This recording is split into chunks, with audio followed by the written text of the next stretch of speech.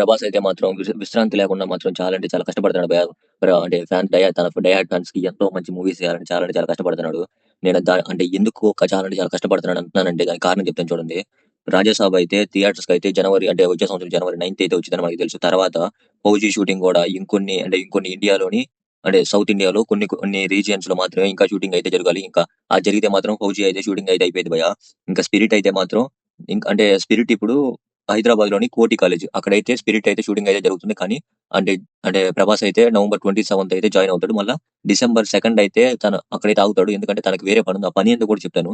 ఏంటంటే ప్రభాస్ అయితే Baahubali the epic గురించి డిసెంబర్ 3వ తేదీ జపాన్ అయితే వెళ్తున్నాడు భయ్యా. తన ఫ్యాన్ అక్కడ ఉన్న డైహార్డ్ ఫ్యాన్స్ కూడా పర్టికులర్ గా పర్సనల్ గా కలవడానికి వాళ్ళ అభిప్రాయాలు కూడా తెలుసుకోవడానికి. ఆ తర్వాత కల్కి పార్ట్ 2 షూటింగ్ అయితే అంటే స్క్రిప్ట్ కూడా అయిపోవచ్చింది. ఒక ఫౌజీ గనక షూటింగ్ అయితే అయిపోయింది అనుకోండి, కల్కి షూటింగ్ అయితే మొదలు పెడతాడు భయ్య. ఇంకా సలార్ శౌర్యంగా పర్వం అయితే అంటే అదంతా కథ కూడా అయిపోయింది. కాకపోతే షూటింగ్ అయితే 2027 మార్చ్ లో అయితే జరగబోతుంది. ఈ మూవీస్ వీటి మీద ఎలాంటి అప్డేట్ కావాలనుకున్నా ఖచ్చితంగా సబ్స్క్రైబ్ చేయండి ప్రభాస్ ఫ్యాన్స్ మాత్రం.